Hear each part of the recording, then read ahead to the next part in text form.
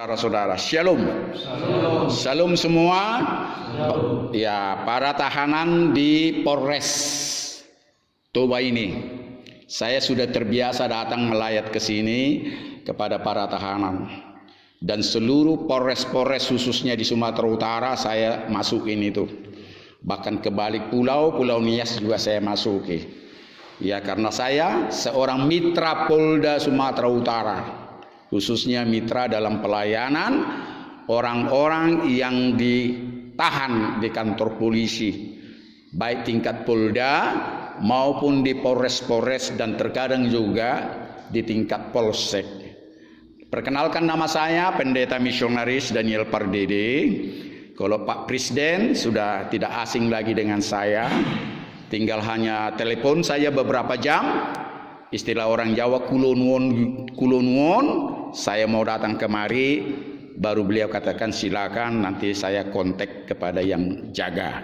Jadi begitulah berulang kali saya masuk ke Polres Toba ini, mengunjungi saudara-saudara yang dalam penjara istinya sekalipun tahanan, agar saudara dimenangkan dalam Tuhan. Amin.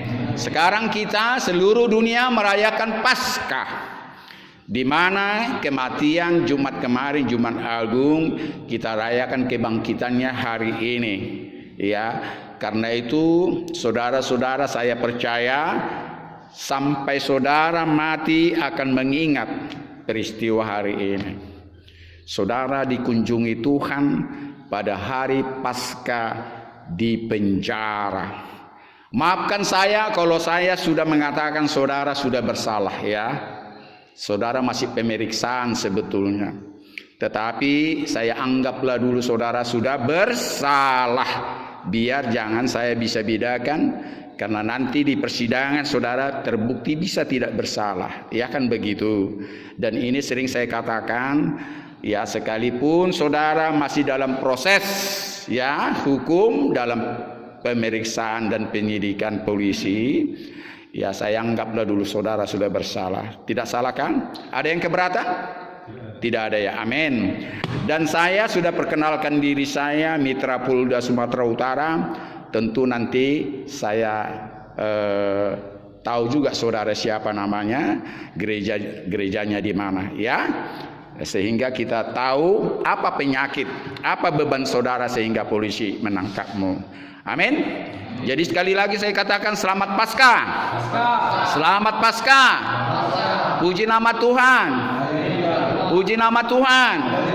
Yang Dia mau menjadi manusia agar saudara dan saya bisa menerima kemampuan Dia mengalahkan iblis oleh cinta kasih Bapa di sorga El Sebaot, pencipta langit dan bumi, mau datang ke dunia ini, mau menghampiri kita ke dunia ini melalui wujud manusia sebagai anaknya yang disebut Yesus Kristus.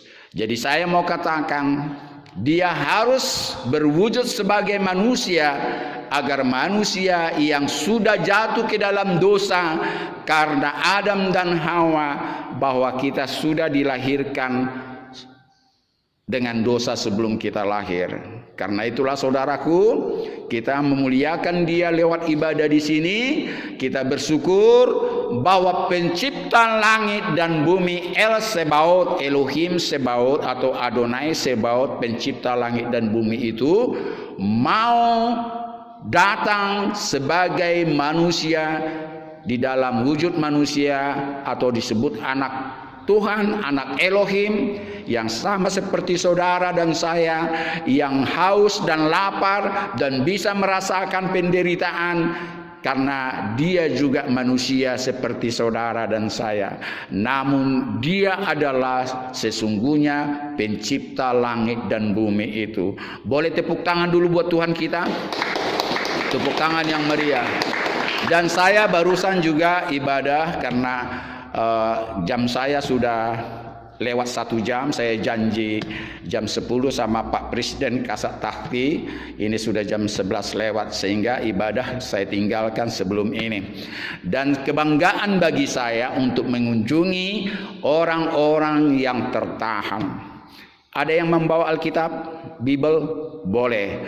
Nanti karena waktu kita sangat singkat, ingat saja nanti baca di dalam Matius 25 ayat 31 sampai 46 ya, karena waktu kita singkat, terlalu lama buka-buka dan baca. Di dalam ingat saja, kalau saudara rindu firman Tuhan, jangan lupakan Matius 25 ayat 31 sampai 46. Di situ saudara nanti melihat bagaimana umat Tuhan itu harus mengunjungi rumah sakit dan penjara. Ya, mengunjungi rumah-rumah sakit dan penjara.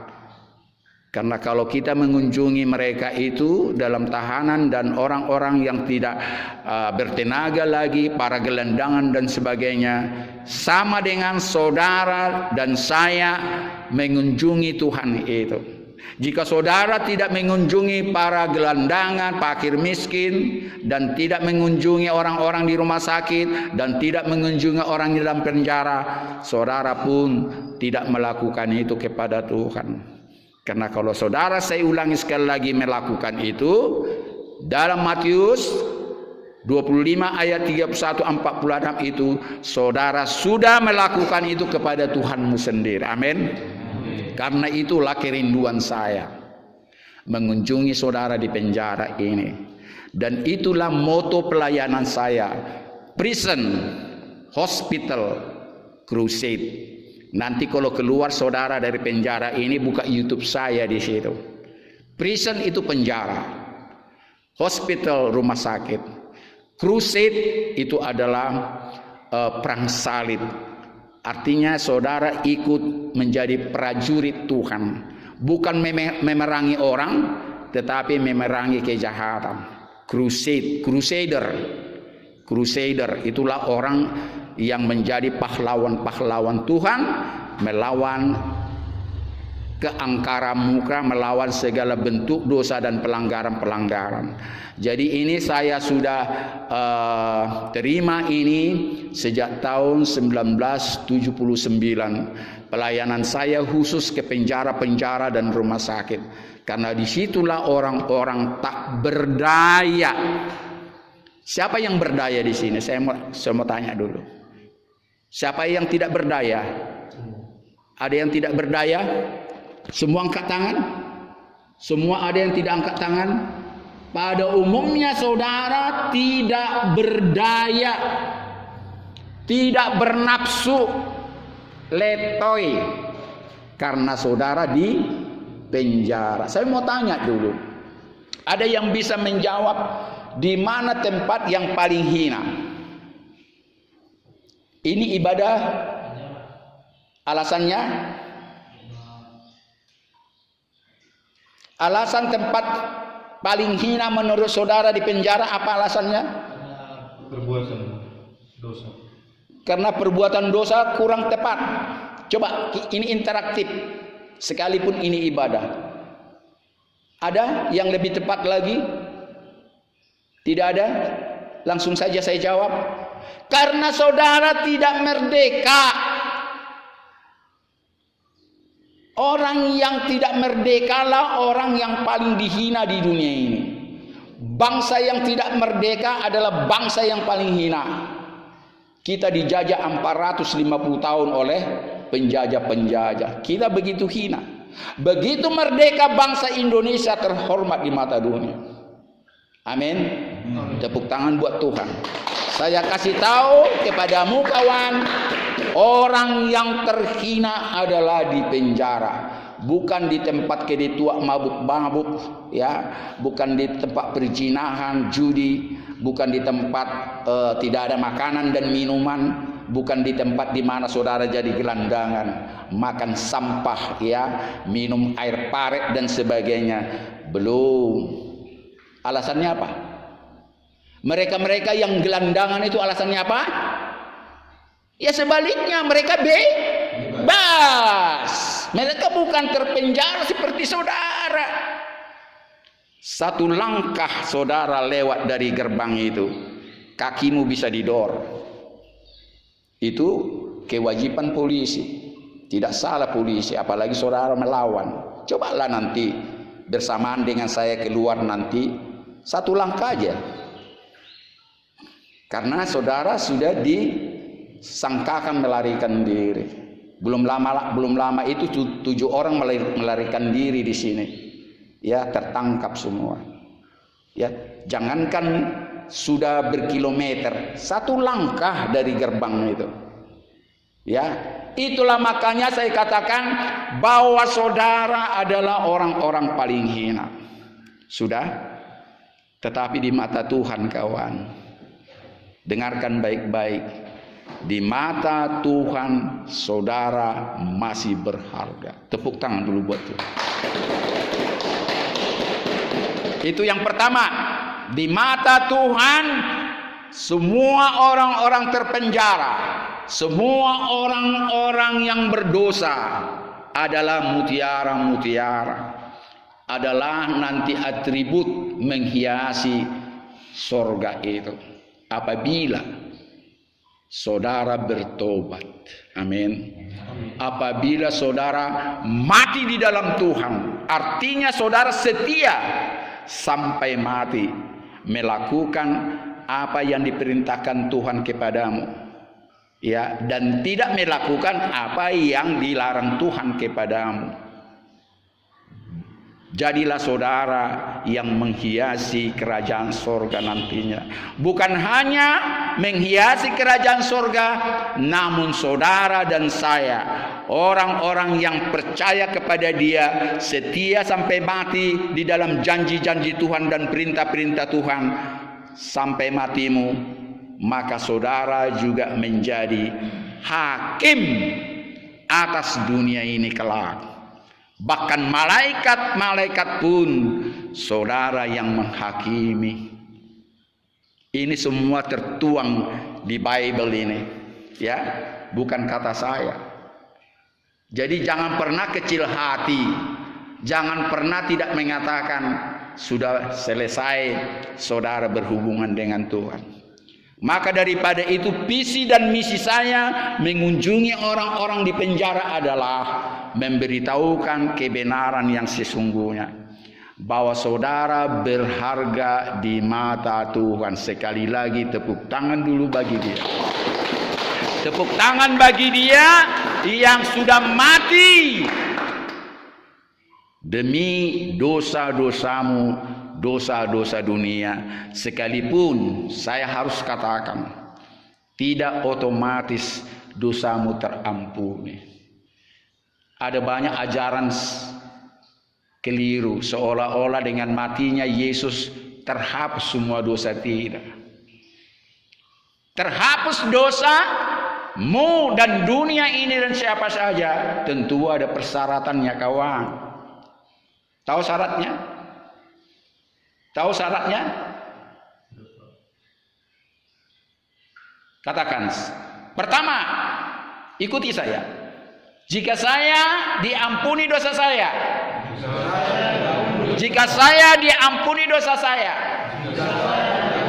pertama, saya menerima Dia, Yesus yang mati bagiku sebagai Tuhan dan juru selamatku secara pribadi, bukan karena dibawa oleh orang tua, dibawa opungku, namun karena saya secara pribadi menerima Dia sebagai Tuhan dan juru selamatku. Yang kedua, saya harus mengampuni orang yang bersalah kepadaku, agar aku diampuni kesalahanku. Bagi orang yang kulakukan kejahatan dan kepada Tuhan yang kulakukan pelanggaran, dosaku kepada Tuhan akan kuakui dan minta pengampunan dari manusia dan dari Tuhan itu sendiri. Dan yang ketiga sekarang, saudara harus dibaptis. Dibaptis tanda pertobatan dibaptis menerima Dia sebagai Tuhan dan Juru Selamatmu. Saudaraku semua, saya tidak mengajarkan gereja, karena gereja banyak kekurangan dan kelemahan. Tetapi saya mengajarkan ini. Ini semua berasal dari sini. Saya tahu gerejamu ya berbeda-beda dengan gereja saya.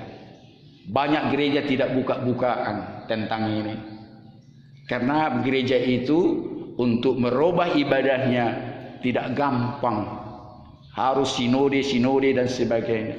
Jelas di sini, siapa yang tidak dibaptis dalam namaku, dia tidak akan masuk ke dalam kerajaan sorga.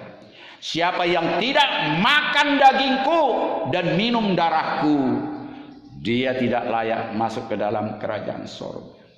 Mungkin saudara sudah mengatakan, saya sudah dibaptis. Betul. Saya mengkritisi banyak gereja. Waktu kecil saudara dibaptis, itu sebetulnya baptisan penyerahan saudara kepada Tuhan oleh orang tuamu. Sudah? Sekaligus saudara diberikan nama.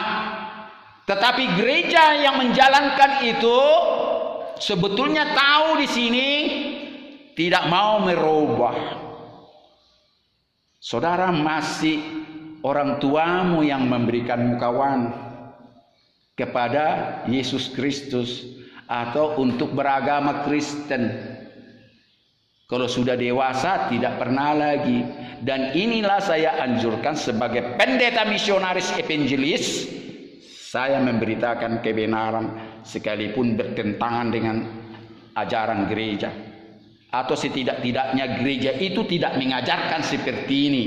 Kalau bertentangan saya katakan kurang tepat. Ya, gereja itu tidak mengajarkan seperti itu, tetapi saya mengajarkan sesungguhnya di sini. Sekali lagi saya katakan, saudara harus dibaptis pertobatan dan saudara harus dibaptis menerima Dia sebagai Tuhan dan Juru Selamatmu. Siapa yang pernah mendengar khotbah pembaptisan pertobatan dan pembaptisan menerima Dia sebagai Tuhan dan Juru Selamatnya? Siapa di sini? Dia seorang nabi. Waktu itu beribu-ribu orang dibaptis. Baptis pertobatan dan baptis menerima Tuhan dan Juru Selamatnya. Tidak ada yang tahu dan tidak ada yang ingat. Bahkan dia sendiri yang membaptis Yesus. Dan dia adalah saudaranya Yesus. Karena mamahnya abang adik. Lupa saudara siapa itu? Siapa? Yang kuat? Siapa? Yohanes Pembaptis. Lengkap bilang kawan. Karena banyak bernama Yohanes. Yohanes Pembaptis melakukan baptisan pertobatan dan baptisan menerima Tuhan Yesus sebagai Tuhan dan Juru Selamatnya. Bahkan imam-imam waktu itu dikatakan, hai kalian semua keturunan ular beludak, bertobatlah, bertobatlah. Baca nanti di sini. Waktu kita terbatas. Itulah maka saya bilang, sekalipun dia imam gereja, ya, sekalipun dia imam gereja, belum tahu artinya baptisan pertobatan dan baptisan menerima Dia sebagai Tuhan dan Juru Selamat. Ya, termasuk sekali lagi saudara harus makan dagingnya dan minum darahnya agar saudara satu tubuh lewat perjamuan kudus atau suci. Saya tidak ada kesempatan, ya maafkan saya, untuk perjamuan kudus nanti ya mungkin lain hari, tapi di sini nanti pembaptisan akan saya lakukan jika saudara mau. Perjamuan kudus nanti setelah saudara dibaptis menerima Dia sebagai Tuhan dan Juru Selamatmu. Percayalah, saudara tidak melanggar aturan gereja. Dan bila perlu berdebat saudara dengan pendetamu kalau saudara dikatakan melanggar peraturan gereja. Memang gerejamu mungkin tidak mengajarkan itu. Ya, gereja itu memang tidak gampang memberikan keputusan. Tetapi baca di sini semua agar saudara tidak keliru dan salah. Amin. Jadi ini dulu saya katakan sebelum saya berbicara tentang Paskah itu apa. Pada mulanya Pencipta langit dan bumi menciptakan Adam dan Hawa dan diberikan kekuasaannya menguasai langit dan bumi ini. Segala binatang-binatang yang hidup tunduk kepada Adam dan Hawa. Namun tatkala Adam dan Hawa berdosa, dimenangkan oleh setan, maka kekuasaan yang diberikan kepada Adam dan Hawa itu diberikan kepada iblis. Selama Adam dan Hawa diciptakan sebelum Yesus jelmaan dari Pencipta langit dan bumi, iblis berkuasa atas dunia ini, atas seluruh manusia. Ingat itu. Namun Pencipta langit dan bumi, Bapa di sorga, dan Yesus sendiri memanggil dia Bapa. Dia datang dalam wujud manusia. Dia datang ke dunia ini agar siapa yang percaya kepadanya tidak binasa, melainkan beroleh hidup yang kekal. Jadi dia sendiri mau datang dalam wujud manusia agar saudara dan saya dan dunia bisa mengenal wajah Bapa di sorga. Tidak seperti wajah Yesus itu, tidak, tetapi sama dengan kita, biar kita bisa berbahasa sama dengan manusia. Jadi saya mau kasih tahu, sejak manusia jatuh di dalam dosa, maka iblislah diperkenankan Tuhan menguasai dunia ini, dan manusia tak berdaya lagi. Setelah itu 2000 tahun yang lalu, kasihanlah Pencipta langit dan bumi itu. Semua manusia sudah hilang kemuliaannya oleh karena opungnya yang pertama itu sudah berbuat dosa. Dengan dia datang ke dunia ini untuk membuktikan manusia mengalahkan iblis. Ya, nanti baca, ingat Yesaya 53. Ingat itu, baca, semua ada di situ. Sebelum dia lahir sudah dikatakan di situ tentang kelahirannya, kematiannya, dan kebangkitannya. Ya. Dan banyak lagi nubuatan-nubuatan para nabi, bahwa lambungnya sendiri pun sudah tertulis sebelum dia lahir. Bahkan lambungnya sendiri sudah tertulis sebelum dia lahir dan menderita. Jadi saya mau katakan adalah, siapa yang mati? Tuhan Pencipta langit dan bumi kah yang mati itu? Tolong jawab saya. Coba yang kuat. Yang kuat lah, nggak kedengaran saya. Bukan daging, maksudnya siapa yang mati itu yang saudara peringati sekarang ini dia? Ya, siapa itu yang mati itu? Harus jelas. Kalau disebut anak manusia, putra tunggal daripada Bapa di sorga, dia adalah sama dengan saya dan saudara. Jadi saya mau jelaskan siapa itu yang mati itu, dan yang bangkit sekarang kita rayakan. Cepat. Siapa?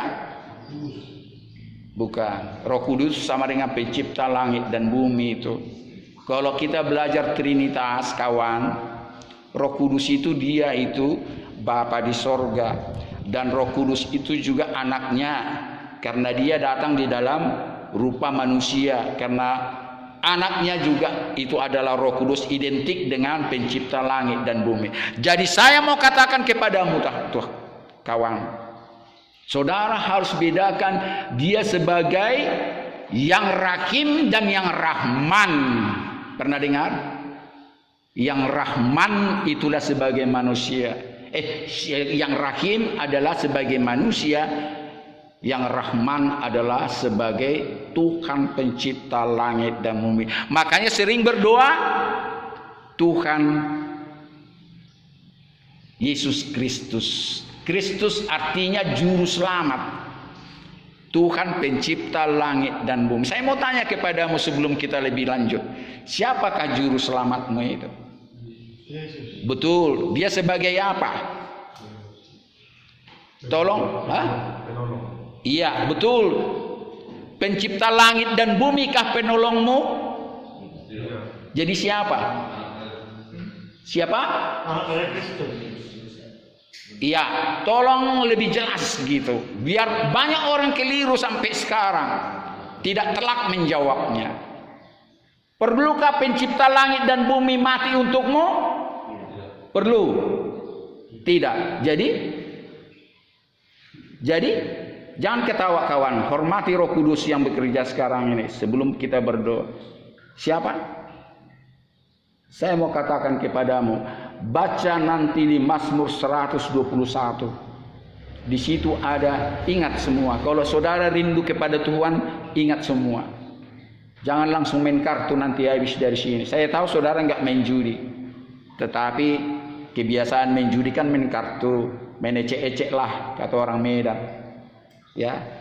Kalau saudara betul-betul menghargai dia, ingat perkataan saya, Mazmur 121, di situ ada kalimat, Tuhan Israel tidak pernah tertidur dan terlelap. Yang dimaksud Tuhan Israel bukan Yesus sebagai manusia, adalah pencipta langit dan bumi tidak pernah tertidur dan terlelap. Apalagi mati. Yang mati itu adalah Yesus sebagai manusia. Mau saya buktikan dia sebagai manusia. Bisa saudara buktikan dia sebagai manusia yang mati itu bukan sebagai pencipta langit dan bumi? Ada yang bisa? Banyak bukti-bukti. Sebelum dia tertangkap, dia berdoa di Taman Getsemani. Sampai air matanya, keringatnya, darah yang keluar. Saudara ingat doanya? Ya Bapa. Siapa namamu kawan? Bah, nomor 3 ho perdiri. Manggil bapak sama aku nomor 15. Iya bapak, kiranya cawan ini lalu daripadaku, tapi bukan kehendakku bapak, namun kehendak mulai yang jadi. Sebagai manusiakah dia tahu akan mati? Tidak. Sebagai Tuhan pencipta langit dan bumi, dia tahu akan mati. Makanya jangan gagal fokus. Sebagai pencipta langit dan bumi, pada saat itu dia berdoa, dia tahu akan menderita, dia tahu akan melewati Via Dolorosa, jalan salib, jalan sengsara, sebelum ke Golgota. Dia tahu persis. Dia tahu persis begitu beratnya salib itu. Dia tahu akan dicambuk, diludahi. Dia tahu akan dikasih anggur asam. Dan dia tahu juga dia lambungnya akan ditusuk. Itulah dia sebagai pencipta langit dan bumi. Tetapi sebagai manusia, kalau bisa Tuhan Bapak, janganlah sakit kali. Jadi itulah, jangan katakan Tuhanmu mati. Maka agama tetangga mengatakan kok Tuhannya mati. Tuhan tidak pernah mati. Yang mati itu juru selamat sebagai manusia. Amin. Amin. Tepuk tangan yang meriah buat dia. Kalau selama ini saudara tidak menghayati siapakah Yesus itu, who Jesus is, do you know my Jesus? Jawab dalam bahasa Inggris. Do you know my Jesus? Yes or no? Yes. Oke. Saya kasih tahu semuanya adalah yang mati itu adalah manusia biasa. Bisa saja dia menolak sebetulnya. Kalau saudara jeli mengartikan dua itu. Ya Bapak, kalau boleh lalulah cawan ini daripadaku. Namun bukan kehendakku, tapi kehendak mulai yang jadi. Saudara ingat 7 perkataannya waktu di kayu salib? Kata-kata apa yang keluar waktu dia disalib? Itu satu. Yang lain lagi, Eli Eli lama sabaqtani. Ya, itu perkataan yang terakhir. Yang pertama setelah dia di kayu salib apa dikatakannya? Yang kencang. Itulah yang pertama. Ya Bapa, ampunilah mereka sebab mereka tidak tahu apa yang diperbuatnya. Yang kedua, tidak tahu. Ibu, inilah anakmu. Dikatakan sama Bunda Maria. Yang ketiga, hai kalian semua, inilah ibumu. Ditunjuklah sama Bunda Maria dari kayu salib itu. Yang keempat, tahukah yang keempat? Pada hari ini aku katakan kepadamu. Dikatakan kepada yang di sebelah kanannya, engkau dan aku akan masuk Firdaus. Terus yang kelima, betul? Sekarang yang kelima, aku haus, diberikanlah air asam, anggur asam. Aku haus, katanya gitu. Yang ketujuh tahu? Yang keenam? Yang keenam tidak tahu? Sudah selesai. Setelah berjam-jam dia di kayu salib itu, tangan dan kakinya terpaku, kepalanya dikasih mahkota duri yang menusuk kepalanya sehingga berdarah. Dia mengatakan, aku haus. Namun serdadu-serdadu itu memberikan anggur asam, tuak yang sudah asam, yang sudah beri-beri. Saudara tahu bagaimana orang haus dikasih anggur yang sudah beracun, anggaplah tuak yang sudah beracun, dimuntahkannya. Dan terakhir saudara tahu apa dikatakannya? Eli Eli lama sabaqtani. Mengapa engkau tinggalkan aku? Disinilah saya buktikan kepadamu kawan, dia manusia biasa, sama seperti saudara dan saya. Jadi jangan katakan dia sanggup melakukan itu karena dia adalah Tuhan. Salah betul.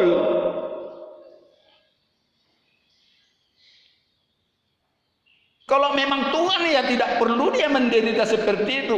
Dia tidak perlu menangis.